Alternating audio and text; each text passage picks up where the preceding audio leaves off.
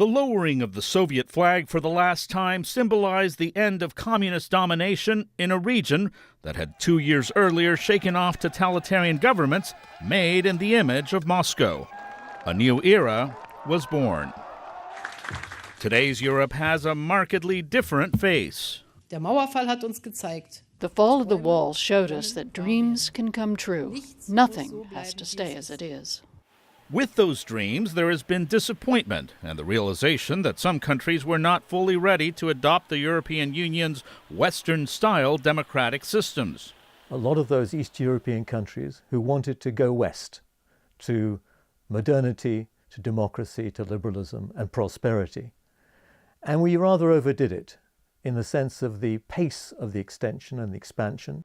Nations appeared to pass EU criteria on combating corruption, adopting the rule of law, and respect for rights like free speech. But now, some say the tests were not tough enough, and the West has lost leverage to change Soviet-style systems that were never replaced. When you're in the queue, in the waiting room, you do put your laws right. You do try to fight corruption. Once you're in, there's not many incentives making great efforts.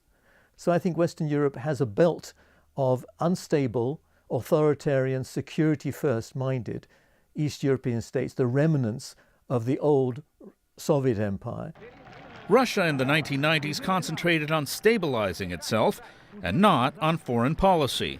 It was then, analysts say, that Europe had a chance to push through real reforms. The last 25 years in Europe have been specifically a time when the European Union had a chance, without outside threats and outside pressure, to move the EU's agenda forward. And some people would say it's a missed opportunity because now we have immigration at the border, we have the Russians rising again, becoming more active in international politics and putting pressure on the EU.